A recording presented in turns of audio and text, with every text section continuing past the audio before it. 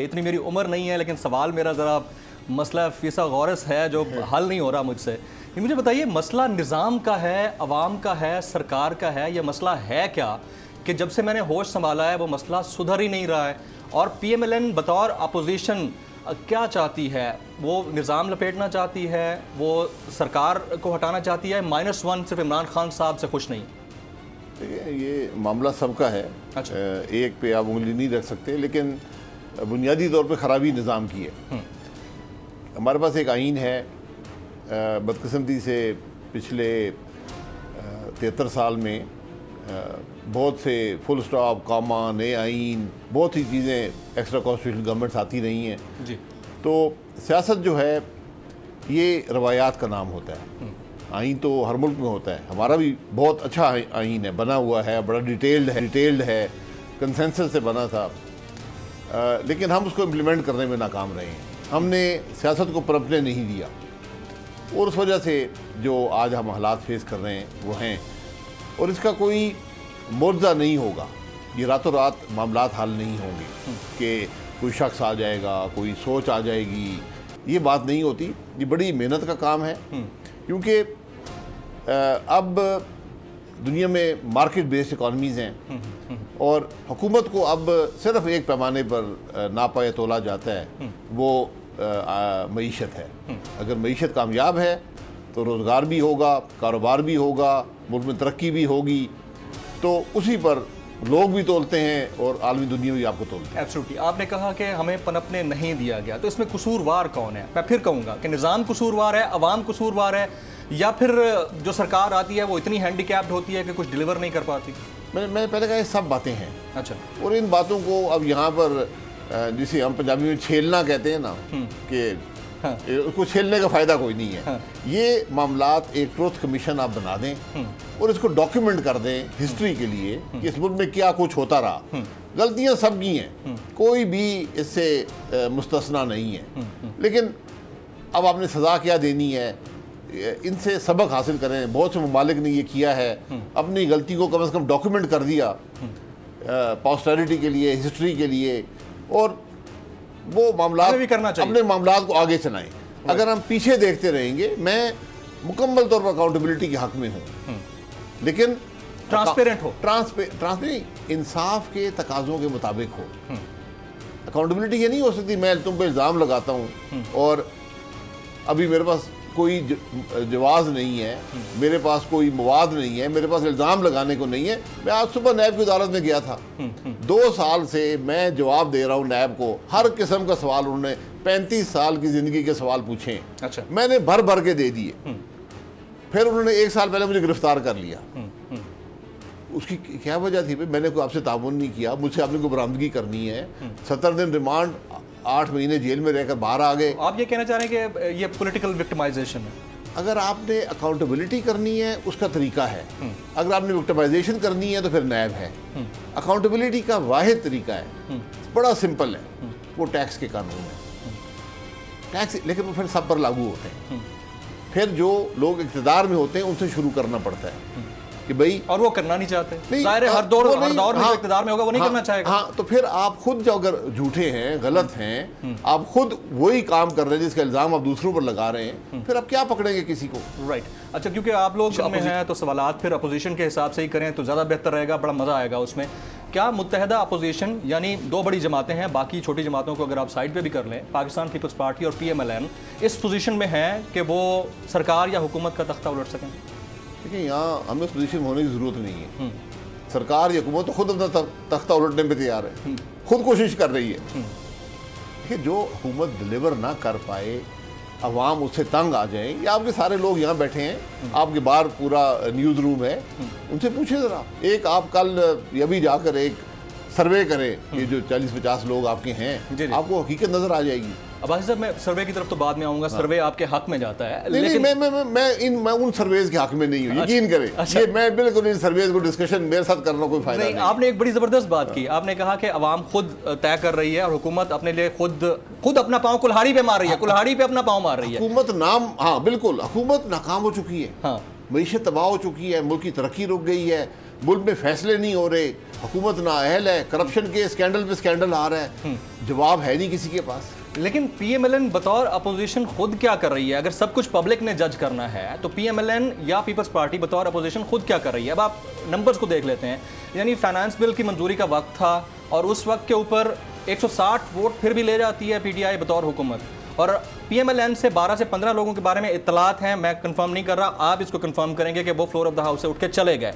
जब सिचुएशन ये है, उनके इत्तेहादियों की तरफ तो हम बाद में जाएंगे, आपके अपने जो पार्टी के मेंबरान हैं वो आपकी सपोर्ट में क्यों नहीं खड़े हो रहे हैं? देखिए, अपोजिशन को सपोर्ट नहीं चाहिए होती, सपोर्ट हुकूमत को चाहिए होती है, नंबर उसने करने होते हैं। हुकूमत, ये वोटिंग हुकूमत की होती है। रिजेक्शन के लिए तो सपोर्ट चाहिए 160 नहीं, रिजेक्शन के लिए देखिए, रिजेक्ट आज तक वोट हुआ नहीं है, हुआ नहीं है। तो ये एक खाम ख्याली है। हुकूमत ने पूरी कोशिश की, 2 हफ्ते लगे रहे या इशाइये दिए और 160 वोट पड़े। 172 होते तो 172 मेजॉरिटी थी, आप शो करते हैं कि मेजॉरिटी मौजूद है, वो नहीं आ सकी। अपोजिशन के 119 वोट पड़े हैं, हमारे 6-8 लोग कोरोना में हैं, कुछ लोगों की ज़ाती मजबूरी है, नहीं उस दिन आए। हमने कोई तैयारी इस वोट के लिए नहीं की, जो लोग शहर में मौजूद थे वही आए, क्योंकि जब वोट होती है बजट की वो अपोजिशन करवाती है, डिवीजन हम करवाते हैं, हम ऑब्जेक्शन रेज करते हैं। तो 119 वोट, अब हमारे 119 से 132 हो जाते, 140 नहीं पड़ता, उससे फर्क।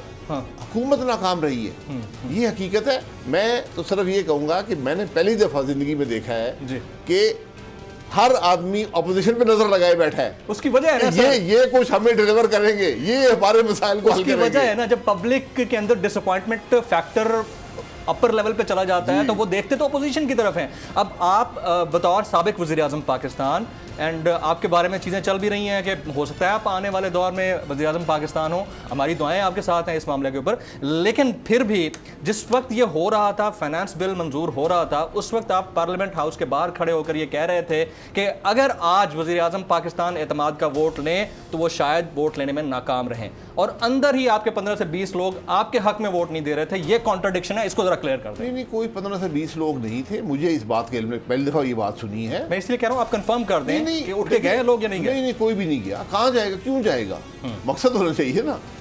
मेरा ख्याल है 2-3 लोग जो बड़ी देर से इंतजार सुबह से बैठे हुए थे, लोग आते जाते रहते हैं। मैंने कहा ना कि हमने ना पार्लिमानी पार्टी मीटिंग की कि हम हाजिरी पूरी करें, उसके बावजूद हाजिरी बहुत अच्छी थी। 119 बहुत वोट हैं अपोजिशन के लिए। अगर हमने तैयारी की होती कि आज हमने वोट करवा के नंबर शो करने हैं, तो मेरा ख्याल है आपको 140 वोट आसानी से वहां मिल जाते। Then what's happening in Punjab? उधर आपके 5 MPs जाके बुज़दार साहब से मिलते हैं, एक PP का भी MP है, वो जाके मिलता है बुज़दार साहब से, और वो अपने कंसर्न्स शो करते हैं कि we are not happy with Pakistan Muslim League Nawaz and Pakistan Peoples Party. That's the real concern, और इसके ऊपर आपसे बात करना बनती थी। अगर फेडरल में नहीं हो रहा तो पंजाब में क्या हो रहा है? जी, वो अगर अपोजिशन क्या करना, किस बात से खुश नहीं है? इसका मतलब हुकूमत से खुश हैं, हुकूमत की कारकर्दगी से खुश हैं। हाँ, तो फिर उसका तरीका है हाँ, कि आप जिस पार्टी के टिकट पर इलेक्ट हुए हैं वो सीट छोड़ें, दूसरी पार्टी जिससे आप खुश हैं इलेक्शन लड़ें और वापस आ जाएं हाउस में। उन अराकीन के खिलाफ कोई तादीबी कार्रवाई बिल्कुल होनी चाहिए। मैं तो शहबाज साहब पहले भी ये काम इन लोगों ने किया था। हाँ। उस वक्त भी ये फैसला हुआ था, लेकिन शायद उस वक्त कोई इन्होंने माफ़ी तलाफी करके बात ख़त्म की है, मुझे पता नहीं है। अब फिर अगर ये हरकत की है तो इनको पार्टी से निकाल देना चाहिए। अच्छा, PMLM और पाकिस्तान पीपल्स पार्टी ये कहती है कि पाकिस्तान तहरीक इंसाफ के अंदर वज़ारत उज़्मा के लिए 2-3 और उम्मीदवार भी हैं। Can you please name them कि वो कौन है? नहीं, कोई उम्मीदवार नहीं है। इमरान खान के होते हुए कोई उम्मीदवार वहाँ नहीं है। वो जो उम्मीदवार होगा गर्दन काट देगा उसकी। अच्छा जी, मतलब ये तो आप मैं सीधी बात कर रहा हूँ, इतने फैशिस्ट हैं कि वो वहाँ किसी में हिम्मत नहीं है उम्मीदवार बनने की। उम्मीदवार बन के दिखाए। अच्छा, तो बार बार ये क्यों कहा जा रहा है कि उन्हीं उम्मीदवारों से तकारीर करवाई गई? आप ही के लोग हैं, एहसन इकबाल साहब हैं, बाकी लोग हैं, कह रहे हैं कि PTI के अंदर 2 या 3 लोग ऐसे हैं जो कि वज़ारत उज़्मा के उम्मीदवार बने बैठे हैं। वो ख्वाहिशात हैं वहाँ लोगों की। बिल्कुल, वो लोग बातें भी करते हैं आकर कि हम मसाइल हल कर सकते हैं, हम हैं, लेकिन उनकी कोई हैसियत नहीं है। राइट। अच्छा, क्या ये ख्वाहिशात PMLN के रिप्रेजेंटेटिव्स की बतौर अरकान पार्लियामेंट नहीं हो सकती? क्या PMLN के अंदर ऐसे 2-3 उम्मीदवार नहीं हैं? PMLN कोई उम्मीदवार नहीं है। PMLN इस मरहले से गुजरी है। अच्छा, PMLN के उम्मीदवार अगर कभी हुकूमत बनी, इलेक्शन हुए, अक्सरियत हुई हमारे पास, तो वो उम्मीदवार का फैसला जमात करती है, अशखास खुद नहीं करते। कैंप्स हैं वैसे PMLN में? कैंप्स कोई कैंप नहीं है, एक मरियम नवाज कैंप, एक शहबाज शरीफ साहब कैंप। नहीं, माजरत है, ये सिर्फ मैंने मैं क्लियर करना चाह रहा हूँ और न्यूज की हद तक की बात सुनी है। अच्छा। ऐसी कोई बात नहीं, पार्टी के अंदर ऐसी कोई चीज कतन हो ही नहीं सकती, मुमकिन नहीं है। ख्वाजा आसिफ साहब, आप सब एक पेज पर हैं। अच्छा। इख्तलाफ राय हर रोज होता है, हर रोज हर इशू पर होता है, राइट, लेकिन इख्तलाफ नहीं होता, इख्तलाफ कोई नहीं। आने वाले वक्त में अगर PMLN इलेक्ट होती है तो प्राइम मिनिस्टर नवाज शरीफ होंगे या शहबाज शरीफ साहब होंगे, या आप में से या ख्वाजा आसिफ में से कोई होगा? देखिए, ये जमात फैसला करेगी कौन होगा, ये उस वक्त के हालात देखकर फैसला किया जाता है। सदर हमारे शहबाज शरीफ साहब हैं, सदर शहबाज शरीफ साहब हैं, वो फैसला करेंगे।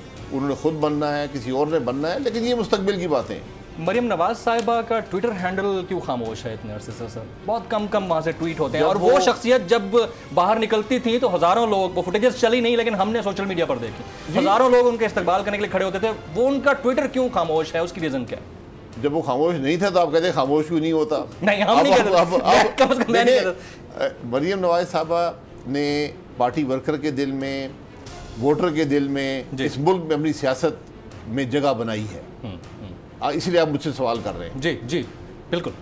जब ज़रूरत थी, एक माहौल ऐसा था, इलेक्शन का था, जो एजिटेशन थी, उसमें उन्होंने हिस्सा लिया। उनको ये जो मेरे ख्याल जज साहब आज फारिग हुए हैं, अरशद मलिक साहब, हाँ, उन्होंने कन्विक्ट भी किया, वो जेल में भी नहीं है, अभी वो बेल पर बाहर हैं। तो उन्होंने कहा है कि जब भी मेरी, जब वो पार्लियामेंट की मेंबर नहीं है, पार्टी की ओहदेदार पहली दफ़ा ज़िंदगी में बनी है, पिछले साल नायब सदर हैं जी, तो उन्होंने कहा है कि जब पार्टी को मेरी ज़रूरत पड़ी मैं हाजिर हूँ। तो यही जब ज़रूरत पड़ेगी जमात को, क्योंकि आज इस जमात में जो क्राउड पुलर जैसे कहते हैं, ये वोट गेटर जो है, पर्सनैलिटी जो है, वो यकीनन उनका एक बहुत बड़ा रोल है, कैरिज़मा है। सब्सक्राइब करें और बेल दबाएं ताकि कोई खबर रह न जाए।